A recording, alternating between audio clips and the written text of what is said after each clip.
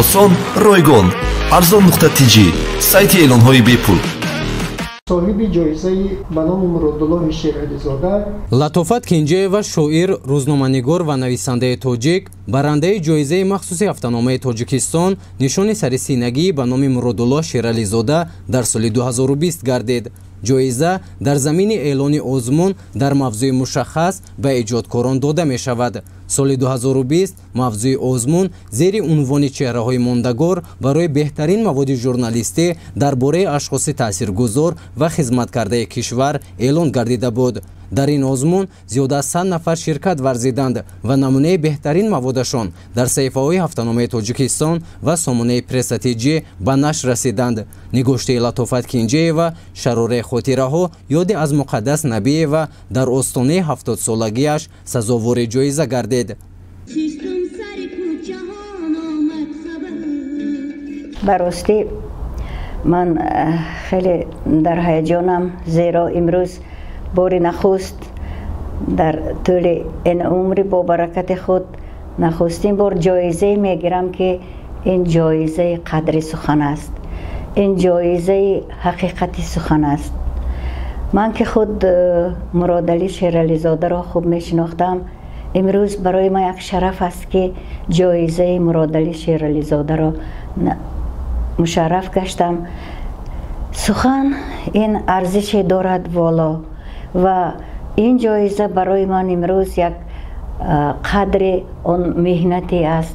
این نه تنها مهنت من، بلکه گمان میکنم این قدر مهنتی همه آن روزنامه‌نگارانی هستند که امروز حقیقت را می نویسند، امروز با سخن صلح و امانی می آورند، امروز با سخن دنیا آباد میکنند و با سخن سازنده بار دیگر تاجیکستان عزیز ما را معرفی میکنند. و من افتخارمندم که با این جایزه من بار دیگر میتوانم به سخن ارج گذاری کنم به تخت بلند این سخن، یعنی که این نشان میدهد که امروز تخت بلند سخن داریم و هر کی به این تخت بنشیند حلالش بود. این جایزه برای من با آن مقدم است که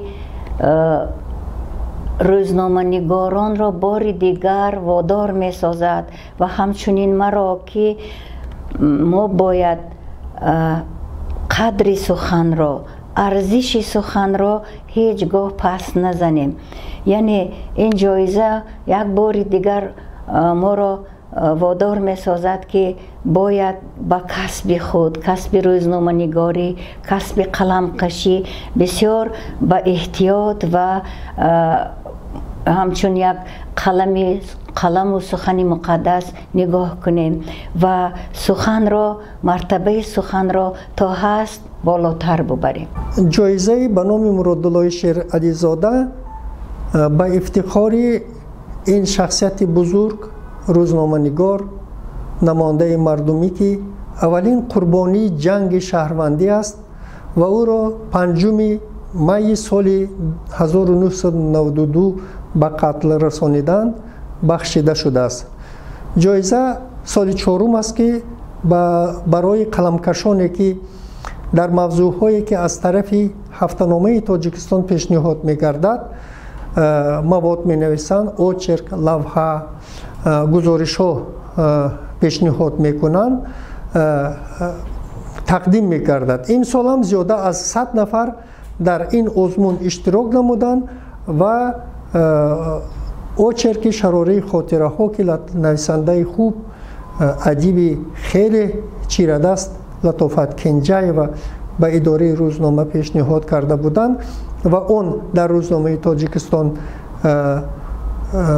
چاپ شده بود، از طرف حکمان برگزیده انتخاب گردید و جایزه چند لحظه پیش به این یک شخص فداکار ساحه ژورنالیستیکا супорида шуд. ҷоизаи махсуси ҳафтаномаи тоҷикистон нишони сарисинагӣ ба номи Муродулло Шерализода соли 2016 дар ҷашни 70-солагии аввалин қурбонии ҷанги шаҳрвандӣ ва аввалин сардабири рӯзномаи парлумони Тоҷикистон Садои мардум таъсис ёфта нахустин маротиба соли 2017 ба журналист Муҳиддин Идиев тақдим гардид. соли 2018 нависанда ва драматург собиқ сардабири рӯзномаи Комсомоли Тоҷикистон имрӯза ҷавонони Тоҷикистон Ато Ҳамдам сазовори ин нишон шуд ва соли 2019 шоири тоҷик Султон Муроди Одина ин ҷоизаро ба даст овард.